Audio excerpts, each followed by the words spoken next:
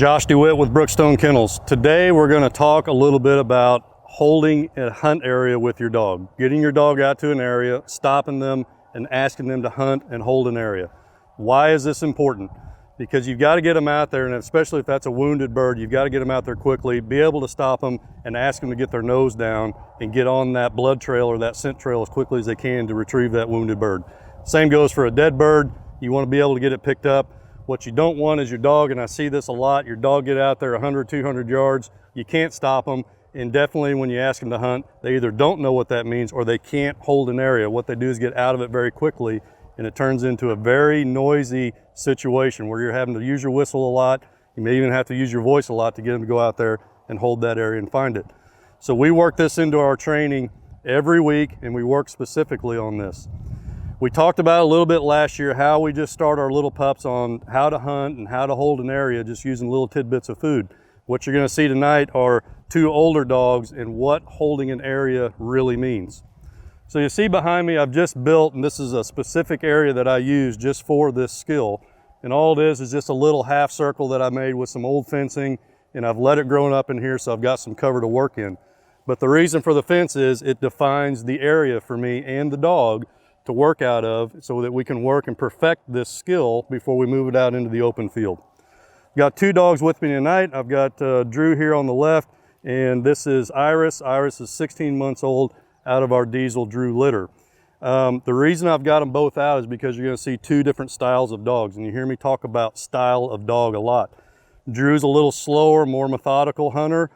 Iris is very much a machine. She'll get in there and she will blow cover up. So the difficult thing for her is if she doesn't find right away, she wants to quickly get out of the area. So this is good for her to work on so that we can just teach her to hold this area.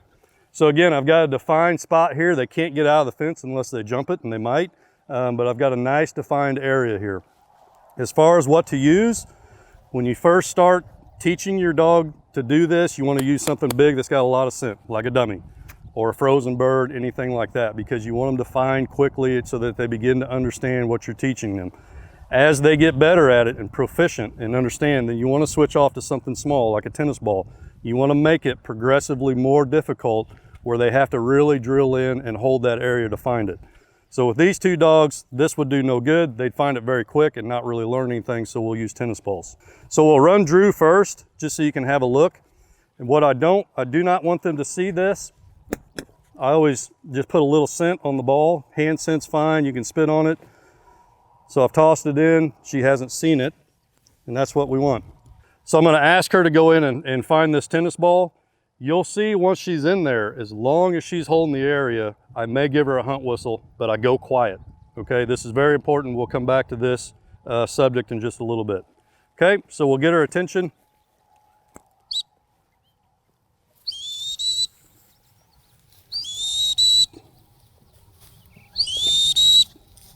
You can see how she's working the area. She's got her nose down. She's not getting outside of it. So at this point, I'm gonna go quiet, and there she found the tennis ball. Very good, Drew, very good. Dead, excellent. Okay, now we'll switch off and go to the other dog so you can see just a little bit different style. This one, I'll have to keep an eye on her because if she doesn't find that quick, she's gonna wanna start broadening out this area, and that's not what I want. And you'll see how I stop her and bring her back in and show her what it is that I want, which is just stay in here.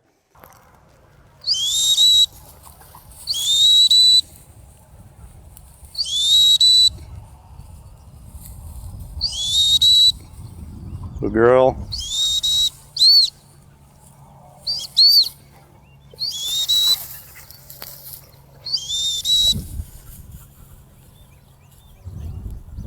I'm gonna go quiet here, let her do her job. Good girl, good Iris. Good, dead. Sit, stay. So this is what you're looking for. Start close. I'm no more than 5 yards from them, just so I maintain total and absolute control. As they get more proficient at this, we'll start increasing the distance, which is what we'll show you next. So now we're gonna show you the next step in the process, at least the way we do it. We've got the dog set up in the same area. I've already planted my tennis ball. She hasn't seen where it is. So now what we're gonna do is ask her to hunt that area from a little bit further away. And what we're checking here is, does she understand what the hunt whistle means? Does she understand to hold that area? And if she gets out, you get to see how we will get her back in there to find this tennis ball. So here we go.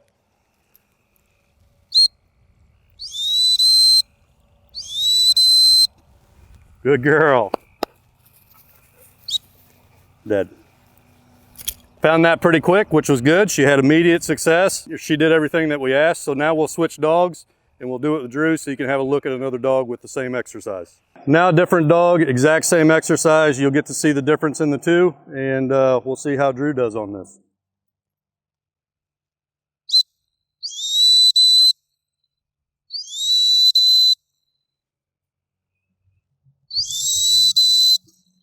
I'm just giving her a hunt whistle there. There she just stopped and asked a question. I'll talk about this in a second.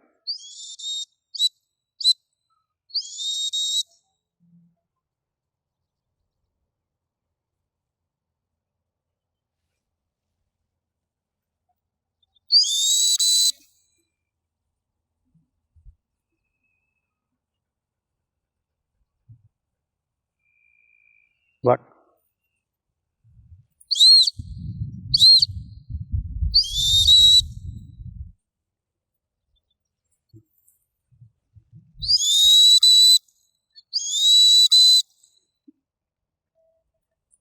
So you can see how she's starting to widen out her area because she hasn't found yet. Back.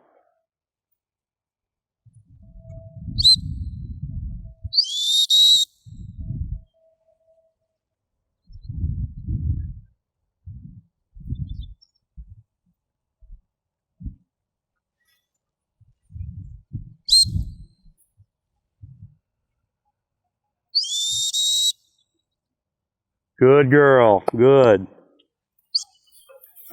Dead.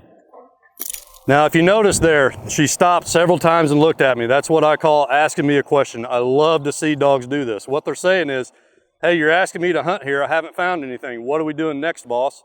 My response to her was, it's there. I promise you. Just hold that area. This was good because you can see she started in the area and she didn't find right away. So she started quickly expanding that.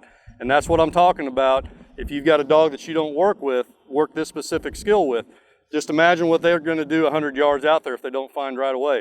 Soon they're going to be 50 yards away from where you know the bird's at. So you need to spend time working on this with your dog. It's called holding an area. It's important that you have a hunt whistle. Mine is this. It can be anything you want. It doesn't have to be that. But it's important to have a hunt whistle. Why? Because you don't want your dog 300 yards out there and you screaming at them. It's not fun for the guys in the blind. It's noisy. It's going to spook birds. It's better to teach them a hunt whistle. So when they're way out there, use your whistle to get their nose down. The birds aren't going to flare. Your buddies are going to be a lot happier with you because you're quieter. So this is holding an area. Again, start with them when they're pups. Little bits of food in the grass. Teach them to get that nose down. And they're soon going to learn just to hold that area. Then you just extend this on and make it more complex. From here, we might move back another 25 yards and then another 25. Soon you can do this from 150, 200 yards away, no problem. This is an important skill and you should work on it with your dog. Before we leave hunting an area, the last thing I want to talk about with you guys is learning how to read your dog. And some of you are saying, Josh, what in the world do you mean by reading your dog? It's very important to understand what your dog is communicating to you when they're out and you're asking them to hunt, okay? Here's an example. If their nose is down and their tail is working and they're holding the area, the dog is communicating to you that it's doing its job.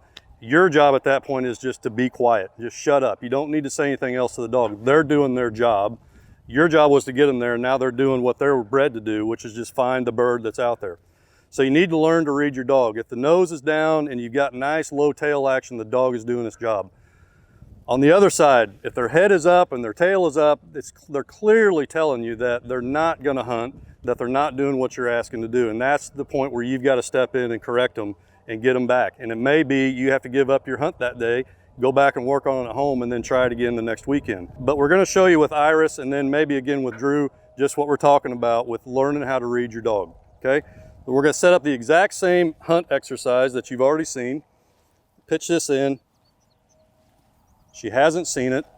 If her nose is down and her tail's down and she's holding and working that cover, she's telling me and I'm reading the dog that she's doing her job. And all I've got to do is just be quiet and maybe just give her a hunt whistle every now and again. Lost there. Lost there. Good girl. Good girl. Dead. Nose was down, head was down, body language was telling me, hey, I know what you're asking me to do. I'll go in there and do it for you, boss. Now we'll have a look at Drew so you can just see what her body language looks like. Okay, she hasn't seen that. Iris.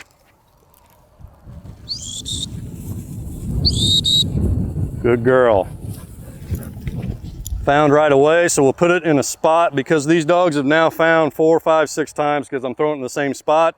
I'm just gonna put it in a new area.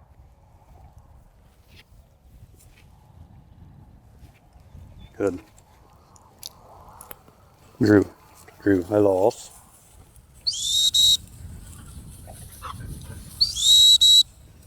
Drew is very, very good at asking questions.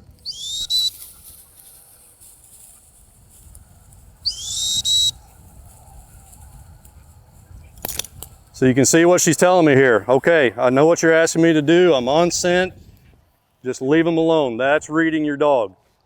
Like I said before, vice versa. If their head's up, tail's up, and they're bouncing all over the place, they're not really hunting. They're telling you that they either aren't interested in it, they're not on scent, but you've got to step in and correct that at that point. So this is reading your dog. Spend time with this. Spend time learning what your dog is communicating to you.